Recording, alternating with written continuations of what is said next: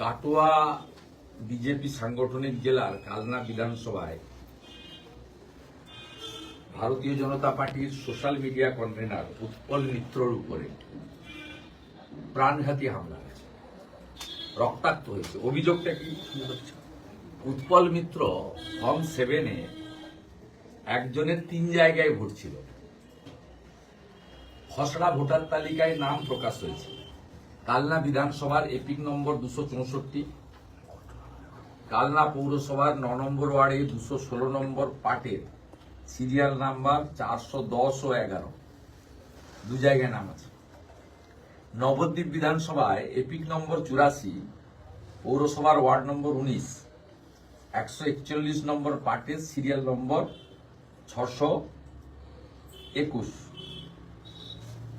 এইটা 7 নম্বর ফর্মে অভিযোগ করার পরে তৃণমূলের স্থানীয় গুন্ডা নেতা অমিত শাহর নেতৃত্বে বিজেপির সোশ্যাল মিডিয়া কনভেনার উৎপল মিত্রর উপরে হামলা হয়েছে। দেখুন এই ছবি, বাংলা দেখুন। ভয়ঙ্কর অবস্থা।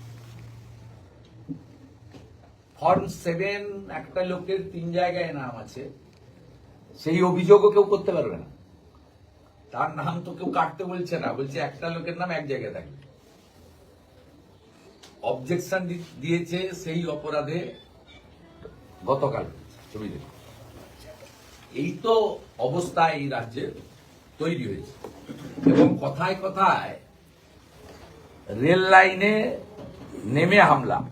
গতকাল আমি অভিযোগ করেছি এবং রেলওয়ে কর্তৃপক্ষ তারা রেলের যে আইন আছে সেই আইনে তারা মামলা করেছেন।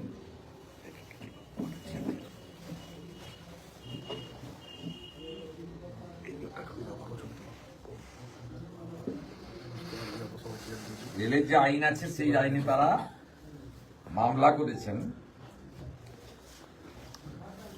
Under section 146, 147, 154, 174 ZSCR। দেখুন গতকালের মামলা হয়েছে। আমি মাননীয় রেলমন্ত্রীকে বলেছি, বেলডাঙ্গা এবং বর্ধমানে তৃণমূলের গুন্ডাদের নেতৃত্বে যে রেল লাইনের উপরে রেল আটকে রেখে হামলা হয়েছে, এই মামলা সিবিআই কে রেল ট্রান্সফার করুক, এর জন্য কোর্টে যাওয়ার দরকার নেই।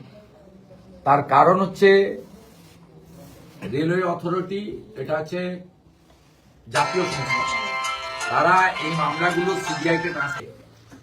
এই পিএফআই আর সিমি ব্যাকগ্রাউন্ডে থেকে তৃণমূল কংগ্রেসের মুসলিম নেতারা যারা মূলত অ্যান্টি ন্যাশনাল কাজ করছেন, তারা এইভাবে সাধারণ মানুষ, ট্রেন যাত্রী, ট্রেন তাকে আটকাচ্ছে, সরকারি সম্পত্তি নষ্ট করছে। এদের বিরুদ্ধে দৃষ্টান্তমূলক ব্যবস্থা গ্রহণ করা দরকার।